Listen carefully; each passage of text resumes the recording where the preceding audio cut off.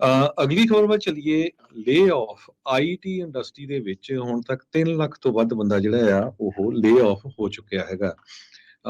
ਸੋ ਪੂਰੀ ਤਰ੍ਹਾਂ ਜਿਹੜੀ ਆ ਆਈਟੀ ਦੀ ਇੰਡਸਟਰੀ 'ਚ ਕੰਮ ਕਰਨ ਵਾਲੇ ਲੋਕ ਆ ਘਾਬਰੇ ਪਏ ਹੈਗੇ ਆ, ਕਿਉਂਕਿ ਹਜ਼ਾਰਾਂ ਦੀ ਗਿਣਤੀ ਦੇ ਵਿੱਚ ਲੇ ਆਫ ਹੋ ਰਹੀ ਹੈਗੀ ਆ। ਉਸ ਤੋਂ ਬਿਨਾਂ ਆਪਾਂ ਦੇਖਿਆ ਹੀ ਹੈ ਟਰੱਕਿੰਗ ਇੰਡਸਟਰੀ ਦਾ ਵੀ ਬਹੁਤ ਬੁਰਾ ਹਾਲ ਚੱਲ ਰਿਹਾ ਆ। ਹੁਣ ਇਹ ਜਿਹੜੀ ਲੇ ਆਫ ਆ ਹੋਰ ਕੰਪਨੀਆਂ ਵਿੱਚ ਵੀ ਸ਼ੁਰੂ ਹੋ ਗਈ ਆ। ਡਿਜ਼ਨੀ ਦੇ ਜੋ ਸੀਈਓ ਆ ਬੌਬ ਆਈਗਰ, ਉਹਨਾਂ ਨੇ ਇਹ ਕਿਹਾ ਵੀ ਮੈਂ ਕੰਪਨੀ ਦੇ 7000 EMPLOYEES ਨੂੰ ਲੇ ਆਫ ਕਰਨ ਜਾ ਰਿਹਾ ਹੈਗਾ ਆ, ਜਿਹਦੇ ਨਾਲ ਟੀਵੀ ਪ੍ਰੋਡਕਸ਼ਨ ਦੇ ਉੱਤੇ, ਐਕੁਜੀਸ਼ਨ ਡਿਪਾਰਟਮੈਂਟਸ ਦੇ ਉੱਤੇ ਬਹੁਤ ਵੱਡਾ ਜਿਹੜਾ ਅਸਰ ਪਊਗਾ। ਸੋ ਡਿਜ਼ਨੀ ਕੰਪਨੀ ਜਿਹੜੀ ਆ ਉਹਦੇ ਵੱਲੋਂ 7000 ਜਿਹੜਾ ਹਾਲੀਵੁੱਡ ਦੇ ਵਿੱਚ ਮੂਵੀਜ਼ ਨੂੰ ਸਾਰਾ ਜਿਹੜਾ ਉਹੀ ਕਰਦੇ ਹੈਗੇ ਆ, ਉਹਨਾਂ ਵੱਲੋਂ 7000 ਲੋਕਾਂ ਨੂੰ ਲੇ ਆਫ ਕਰਨਾ ਇਹ ਵੀ ਇੱਕ ਬਹੁਤ ਵੱਡਾ ਨੰਬਰ ਹੈਗਾ ਆ, ਕਿਉਂਕਿ ਉਹਦੇ 'ਚ ਵੱਖ-ਵੱਖ ਫੀਲਡ ਦੇ ਜਿਹੜੇ ਲੋਕ ਹੈਗੇ ਆ।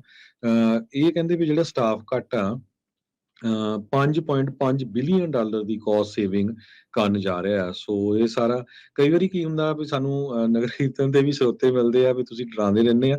ਸੋ ਸਾਡਾ ਕਹਿਣ ਦਾ ਮਤਲਬ ਇਹੀ ਆ ਵੀ ਜਿਹੜੀ ਖਬਰ ਆ ਉਹ ਤੁਹਾਡੇ ਨਾਲ ਸਾਂਝੀ ਕਰਦੇ ਆ, ਤੇ ਉਸ ਖਬਰਾਂ ਵੱਲ ਦੇਖ ਕੇ ਤੁਸੀਂ ਵੀ ਆਪਾਂ ਸਾਰੇ ਜਿਹੜੇ ਆ ਜਿੱਥੇ ਵੀ ਜੌਬ ਕਰਦੇ ਵਧੀਆ ਜੌਬ ਕਰੋ। ਜੇ ਤੁਹਾਡੀ ਸ਼ੇਕੀ ਜੌਬ ਆ ਲੱਭਣੀ ਸ਼ੁਰੂ ਕਰ ਦਿਓ, ਸੇਵਿੰਗ ਕਰ ਸਕਦੇ ਸੇਵ ਕਰੋ। ਸੋ ਇਹੀ ਸਾਡਾ ਮਕਸਦ ਹੁੰਦਾ, ਤਾਂ ਕਿ ਜਿਹੜਾ ਆਪਣਾ ਭੈਣ ਭਰਾ ਆ ਕੋਈ ਵੀ, ਉਹ ਕਿਸੇ ਤਰ੍ਹਾਂ ਵੀ ਜਿਹੜਾ ਉਹਦਾ ਫਾਈਨੈਂਸ਼ੀਅਲੀ ਹੋਵੇ, ਕਿਸੇ ਤਰ੍ਹਾਂ ਵੀ ਕੋਈ ਨੁਕਸਾਨ ਨਾ ਹੋਵੇ, ਤੇ ਆਪਣੀ ਜਿਹੜੀ ਕੌਮ ਆ, ਆਪਣੀ ਪੰਜਾਬੀ ਕਮਿਊਨਿਟੀ ਆ, ਹਮੇਸ਼ਾ ਹੀ ਉੱਪਰਲੀ ਚੜ੍ਹਦੀ ਕਲਾ ਵੱਲ ਜਾਵੇ। ਜੀ ਸਾਨੂੰ ਯਾਦ ਹੋਣਾ ਤੁਸੀਂ ਦੱਸ ਹੀ ਰਹੇ ਹੋ ਵੀ ਸਿਲੀਕਨ ਵੈਲੀ ਬ੍ਰਿਜ ਬੈਂਕ ਜਿੱਥਾਂ ਇੱਕ ਸਭ ਨੂੰ ਪਤਾ ਫੇਲ ਹੋਇਆ ਸੀ, ਅੱਜ ਫਸਟ ਸਿਟੀਜ਼ਨ ਬੈਂਕ ਆ ਉਹਨਾਂ ਦੇ ਦੁਆਰਾ ਫੇਲਡ ਹੋਏ ਜਿਹੜੇ ਸਿਲੀਕਨ ਵੈਲੀ ਬੈਂਕ ਆ ਉਸ ਦੇ 72 ਬਿਲੀਅਨ ਡਾਲਰ ਦੇ ਜਿਹੜੇ ਐਸੈਟਸ ਆ ਉਹਨਾਂ ਨੂੰ ਖਰੀਦਣ ਨੂੰ ਹਾਂ ਕਰ ਦਿੱਤੀ ਆ। Federal deposit insurance corporation FDIC ਨੇ ਇਹ ਐਲਾਨ ਕੀਤਾ ਆ।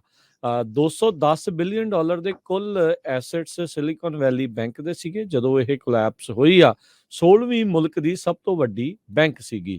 ਕਹਿੰਦੇ ਨਾਰਥ ਕੈਰੋਲੀਨਾ ਬੇਸਡ ਜਿਹੜੀ ਫਸਟ ਸਿਟੀਜ਼ਨ ਬੈਂਕ ਆ, ਇਹ ਇੱਕਦਮ ਸ਼ੇਅਰ ਜਿਹੜੇ ਉਹ ਵੱਧ ਗਏ ਕਿਉਂਕਿ ਇਹਨਾਂ ਦੇ ਐਸੈਟ ਇਹਨਾਂ ਦੇ ਬਹੁਤ ਜ਼ਿਆਦਾ ਹੁਣ ਵੱਧ ਚੁੱਕੇ। 47% ਇਹਨਾਂ ਦੇ ਸ਼ੇਅਰਸ ਦੇ ਵਿੱਚ ਇਜ਼ਾਫਾ ਹੋਇਆ ਤੇ ਇਹ ਹੁਣ ਮੁਲਕ ਦੀ 30ਵੀਂ ਸਭ ਤੋਂ ਵੱਡੀ ਬੈਂਕ ਬਣ ਗਈ ਆ।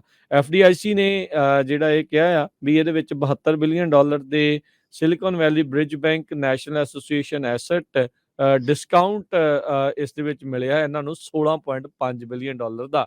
FDIC ਨੇ ਕੁੱਲ ਫੇਲੀਅਰ ਦੇ ਵਿੱਚ 20 ਬਿਲੀਅਨ ਡਾਲਰ ਲੂਜ਼ ਕੀਤੇ ਆ ਸਿਲੀਕਨ ਵੈਲੀ ਬੈਂਕ ਦੇ ਫੇਲ ਹੋਣ ਦੇ ਕਰਕੇ। 90 ਬਿਲੀਅਨ ਡਾਲਰ ਸਿਲੀਕਨ ਵੈਲੀ ਦੇ ਜਿਹੜੇ ਐਸੈਟ ਆ ਉਹ ਅਜੇ ਵੀ ਰਿਸੀਵਰਸ਼ਿਪ ਦੇ ਵਿੱਚ ਰਹਿਣਗੇ FDIC ਦੇ ਕੋਲ, ਕਿਉਂਕਿ ਇਹਨਾਂ ਨੇ FDIC ਨੇ ਸਾਰੇ ਰੈਗੂਲੇਟਰਸ ਨੇ ਇਸ ਬੈਂਕ ਨੂੰ ਆਪਣੇ ਹੱਥਾਂ ਦੇ ਵਿੱਚ ਲੈ ਲਿਆ ਸੀਗਾ, ਕਿਉਂਕਿ billions of dollars venture capitalist ਬਹੁਤ ਸਾਰੀਆਂ ਨਵੀਆਂ ਕੰਪਨੀਆਂ ਉਹਨਾਂ ਦੇ ਪੇਰੋਲਸ ਵਗੈਰਾ ਜਿਹੜੇ ਉਹ ਚੱਲਣੇ ਅਦਰਵਾਈਜ਼ ਬੰਦ ਹੋ ਸਕਦੇ ਸੀ। ਕਾਫੀ ਨੁਕਸਾਨ ਜਿਹੜਾ ਉਹ ਹੋਣਾ ਸੀਗਾ। ਸੋ ਹੁਣ ਨਾਰਥ ਕੈਰੋਲੀਨਾ ਦੀ ਜਿਹੜੀ ਫਸਟ ਸਿਟੀਜ਼ਨ ਬੈਂਕ ਆ ਉਹ ਹੁਣ ਇਸ ਨੂੰ ਚਲਾਊਗੀ ਤੇ ਕਹਿੰਦੇ ਆਉਂਦੇ ਸੋਮਵਾਰ ਤੋਂ ਇਹ ਆਪਣੇ 17 ਜਿਹੜੇ ਬੈਂਕਾਂ ਦੀਆਂ ਬ੍ਰਾਂਚਾਂ ਆ ਉਹਨਾਂ ਨੂੰ ਚਾਲੂ ਜਿਹੜੀ ਉਹ ਕਰਨ ਜਾ ਰਹੀ ਆ। ਅੱਜ ਹਾਈਵੇ 99 ਸਾਊਥ ਸੈਕਰਾਮੈਂਟੋ ਏਰੀਏ ਦੇ ਵਿੱਚ ਕਾਫੀ ਲੰਮਾ ਸਮਾਂ ਬੰਦ ਰਿਹਾ, ਕਿਉਂਕਿ ਪਾਵਰ ਲਾਈਨਸ ਜਿਹੜੀਆਂ ਸੀਆਂ ਉਹ ਡਿੱਗ ਪਈਆਂ ਸੀਆਂ। ਕੈਲੀਫੋਰਨੀਆ ਹਾਈਵੇ ਪੈਟਰੋਲ ਦੇ ਮੁਤਾਬਕ ਮੈਕ ਰੋਡ ਦੇ ਲਾਗੇ ਜੋ ਜਿਹੜਾ ਹਾਈਵੇ 99 ਆ ਉਹ ਸ਼ਟ ਡਾਊਨ ਕਰਨਾ ਪਿਆ, ਲੋਕਾਂ ਨੂੰ ਡਾਇਵਰਟ ਕਰਨਾ ਪਿਆ ਕੈਲਵਾਈਨ ਰੋਡ ਵੱਲ ਨੂੰ। ਤੇ 99 ਤੁਹਾਨੂੰ ਪਤਾ ਹੀ ਆ ਵੀ ਬਹੁਤ ਬਿਜ਼ੀ ਹੁੰਦਾ, ਖਾਸ ਕਰਕੇ ਐਲਗਰੋ ਸੈਕਰਾਮੈਂਟੋ 'ਚ।